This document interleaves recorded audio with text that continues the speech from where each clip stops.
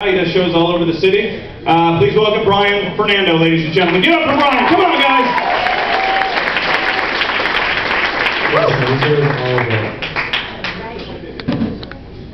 I think that I should win because my jacket has a shark on it.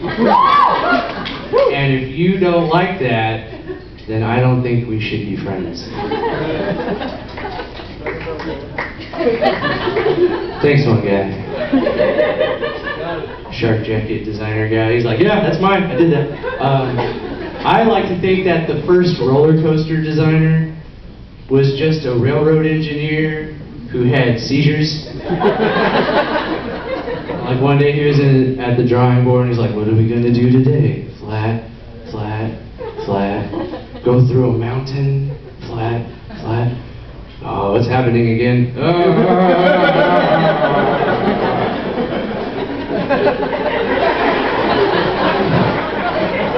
And then later he came to, he's like, this is fucking amazing. I'm going to connect it to the beginning, charge people to ride it, make $100 million. That man's name was Thaddeus J. Six Flags.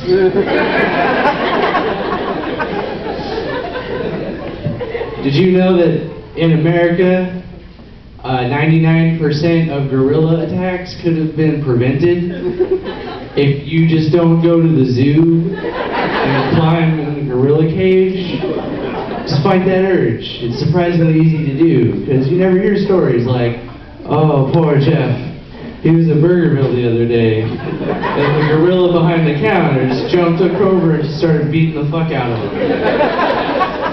Like, oh, poor Stacy, she went on a blind date, and the guy lied on his profile. He was really a gorilla. Tore her damn arms off.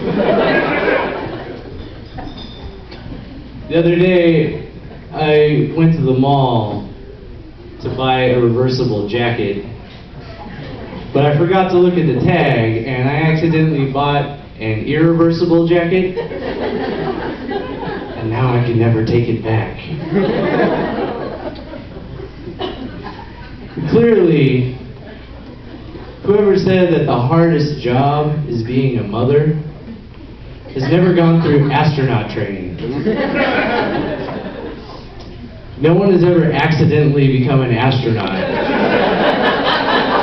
and been awesome at it. And even on your worst day of parenting, you're not in danger of burning alive instantly. That's just not a thing that happens. My imaginary friend told me that I might have schizophrenia. But I know he's imaginary, so he might just be fucking with me. He's like, dude, you're exhibiting all these symptoms. I was like, fuck do you know? You're a unicorn. Unicorns are not doctors. I'm worried that I might have a sex addiction, but luckily every woman in the world is helping me get through it. Every time I finish a conversation, it's like, thank you, I live to fight another day. That is not true, but this is true.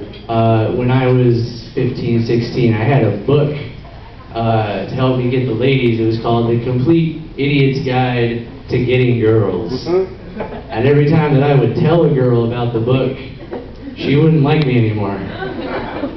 And you would think that they would address that at some point in the book. Maybe like page 1. Don't tell girls about the book. I think one of the weirdest things about having a phobia is that there's a special part of my brain dedicated to locating where bees are. And that part of my brain controls all the other parts of my brain. Like I'll just be walking through the park and my brain's like, hey Bryan, there's a beehive in that tree. Your feet are for running, your mouth is for screaming, go!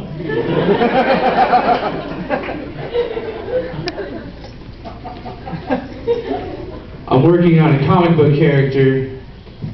His name is Emotionally Distant Man.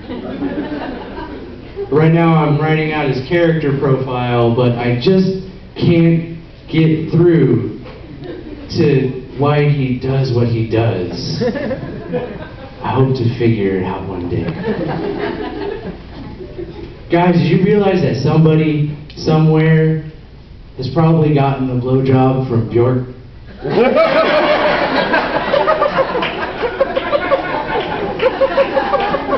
And lived? I bet that guy's got stories.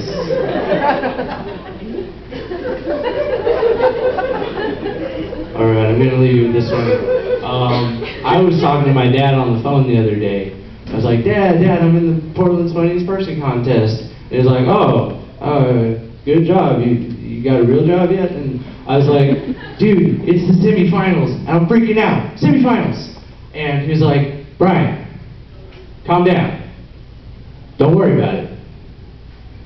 You're a funny guy. And if the audience doesn't laugh at you, then they're probably just a bunch of idiots.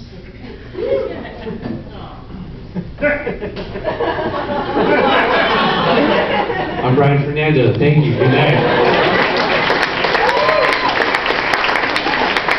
Bryan Fernando, you guys. Come on, closing it out for you.